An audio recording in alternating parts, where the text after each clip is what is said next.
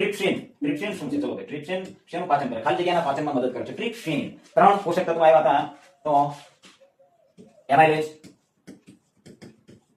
Trypsin અને lipase. આ 3 તત્વો આવ્યા હતા.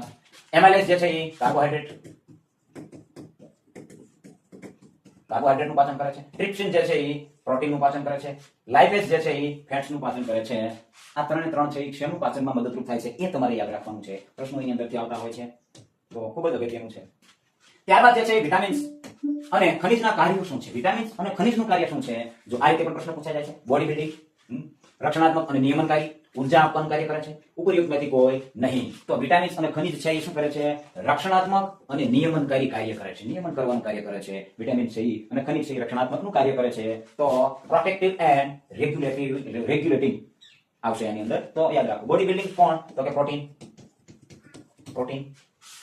એનર્જી ગિવિંગ તો કાર્બોહાઈડ્રેટ એન્ડ ફેટ્સ એનર્જી આપે છે. ટ્રિપ્સિન ખાલી જગ્યાના પાચનમાં મદદરૂપ થાય છે. આ બધું છે પ્રોટીનની અંદર. કયું પોષક તત્વ શરીરમાં સૌથી વધુ વિપુલ પ્રમાણમાં હોય છે? ચાલો આયુ.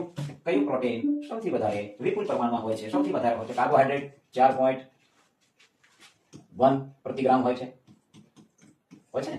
પ્રોટીન છે એ 4.1 એ પણ હોય છે પ્રતિ ગ્રામની અંદર. કિલો કેલરી હોય છે. ફેટની અંદર 9.1 હોય છે પ્રતિ ગ્રામની અંદર. ચાલો, પરંતુ આની અંદર પ્રશ્ન શું પૂછાણો છે? કયું પોષક તત્વ શરીરમાં સૌથી વધારે વિપુલ માત્રામાં રહેલું હોય છે? આ શું થયું? કેલરી થઈ. દરેક પોષક તત્વની અંદર કેટલી કેલરી હોય છે? તો એ કેલરીની દ્રષ્ટિએ કોણ આવશે? ફેટ આવશે. પરંતુ આપણા શરીરની અંદર સૌથી વધારે કયું પોષક તત્વ રહેલું છે? કાર્બોહાઈડ્રેટ છે, પ્રોટીન છે, ફેટ છે કે વિટામિન છે? એની અંદર શું આવશે? પ્રોટીન આવશે. પ્રોટીન આપણા શરીર નિર્માણમાં એ કાર્ય કરે છે. પ્રોટીન સૌથી વધારે જે પોષક તત્વ રહેલું છે એ પ્રોટીન છે. અને ત્રણેય જે મેન તત્વો છે એનર્જીના, એની અંદર સૌથી વધારે એનર્જી એટલે કે કેલરી શેમાંથી મળે છે? ફેટમાંથી મળે છે. આ રીતે યાદ રાખવું ખૂબ જ અગત્યનું છે. પ્રોટીન છે એ જવાબ આવી જશે. નીચેના મેળવો. ચલો ભાઈ, જોડકા આવ્યા છે. ચાલો, જોડકા આવ્યા છે તો આની અંદર વિટામિન્સના નામ આવેલા છે. વિટામિન B6 શું કહેવાય છે? B12 છે, વિટામિન C છે અને વિટામિન D છે. ચાલો, તો વિટામિન C છે એક હાવ સહેલું છે, કારણ કે એસિડ છે, ખાટો પદાર્થ છે, એસ્કોર્બિક એસિડ છે. તો 3 ની સામે A આવે છે. આમાં જોઈ લો 3 છે તો 3 ની સામે A શેમાં આવે છે? ચલો, આ 2 માં આવે છે. આ 2 નીકળી ગયા છે. 2 ઓપ્શન આપણી પાસે રહ્યા છે. એક ઓપ્શનને મિલાવતા. ચાલો, વિટામિન B6 છે અને વિટામિન B12 છે. B12 છે અને હમણાં આપણે જોયું કે સાયનોકોબાલામિન કહેવાય છે.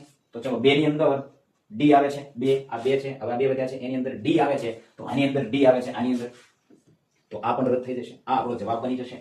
B6 છે એને કહેવાય છે પાયરોડિક્સિન કહેવાય છે. પાયરોડિક્સિન. અને વિટામિન D છે એનિમલ ફેટ્સ માંથી પણ મળે છે. એનિમલ ફેટ માંથી મળે છે. આપણે જોયું હતું કે માછલીનું મીટ છે એ ફેટી મીટ છે એની અંદરથી મળે છે. એટલે આપણો ઓપ્શન D છે, C છે એ આપણો જવાબ બની રહે છે. તો ખૂબ જ અગત્યનું છે.